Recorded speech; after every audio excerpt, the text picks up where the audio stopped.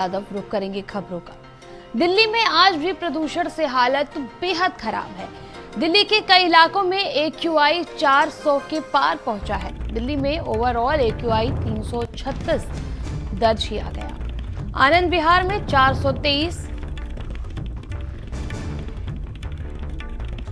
मुंदरका में AQI 430 दर्ज किया गया है। रोहिणी में 405, नेहरू नगर में 403, वजीरपुर में AQI 422, बवाना में 404, सोनिया विहार में 413, शादीपुर में AQI 413। यूपी के कई शहरों में भी वायु प्रदूषण से हालत खराब।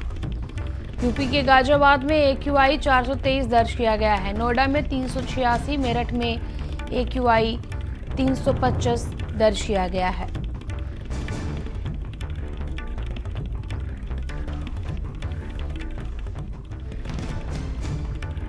दिल्ली में आज भी प्रदूषण से हालत बेहद खराब। दिल्ली के कई इलाकों में AQI 400 के पार पहुंचा। दिल्ली में ओवरऑल AQI 336 दर्ज किया गया। आनंद विहार में 423, मुंदरका में AQI 430 दर्ज किया गया। रोहिणी में 405,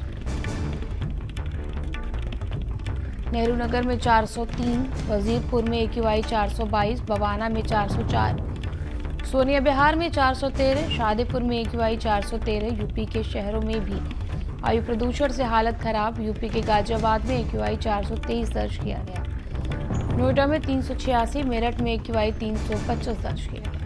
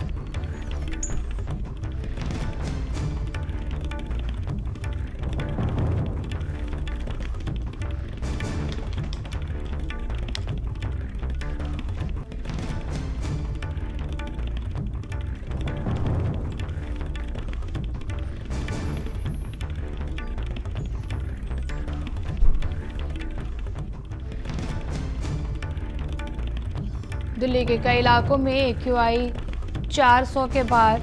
आनंद विहार 423, मुंदरका में AQI 430 दर्ज किया गया। रोहिणी में 405, नेहरू नगर में 403, वजीरपुर में AQI 422, सोनिया विहार में 413। यूपी के शहरों में भी वायु प्रदूषण से हालत खराब। दिल्ली में आज भी प्रदूषण से हालत बेहद खराब। दिल्ली के कई इलाकों में AQI 400 के पार पहुंचा।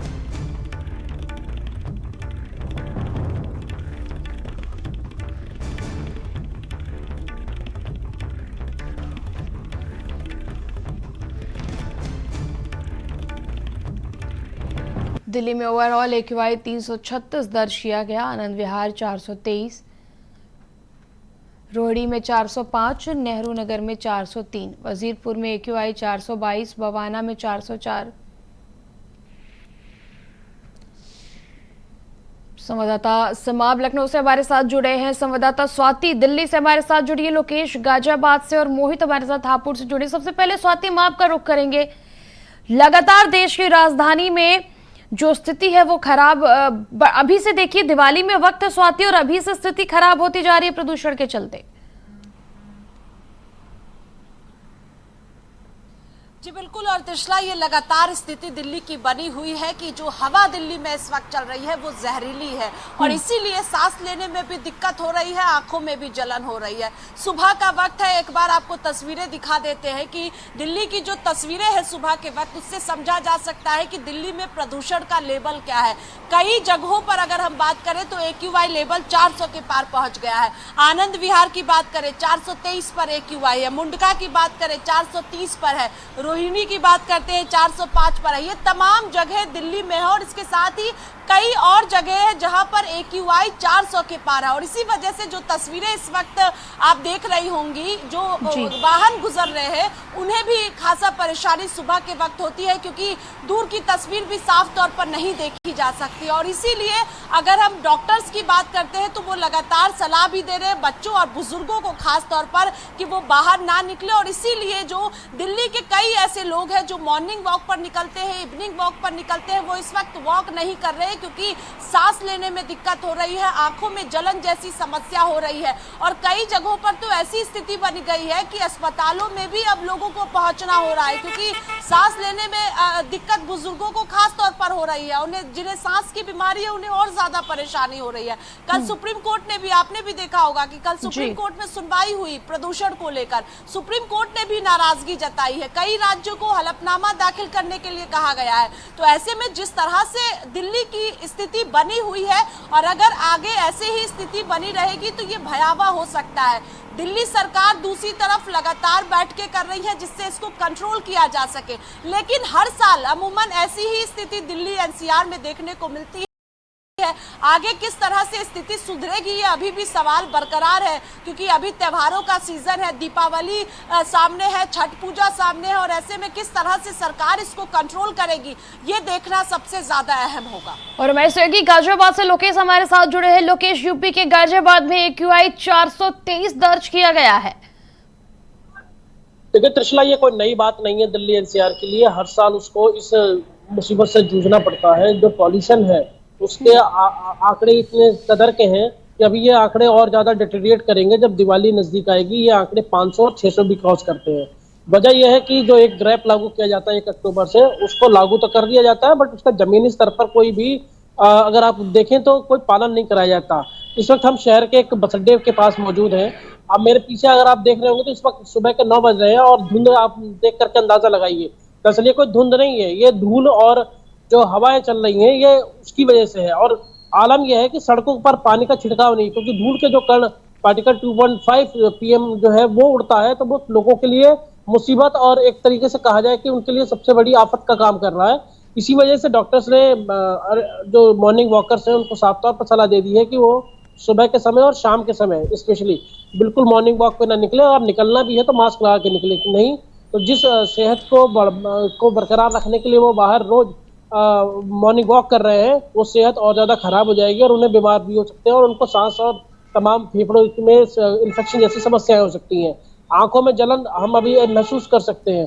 हर आदमी यहाँ पर जो अस्पताल है सरकारी, उनके OPD इस बात के गवाह हैं कि लगातार गले में खराश से लेकर के बीमार होने तक और आंखों में जलन की समस्या लेकर के लोग पहुंच रहे हैं। और ये स्थिति इतनी ज्यादा भयावह होने के बाद भी हम जो सिविल एमेनिटीज प्रोवाइड करने वाले नगर निगम या जो डिस्ट्रिक्ट एडमिनिस्ट्रेशन है उनकी तरफ से हम कोई भी काम नहीं देख रहे। ना तो सड़कों पर पानी का छिड़काव देखा जा रहा है, ना पेड़ पौधों पर पानी का छिड़काव देखा जा रहा है।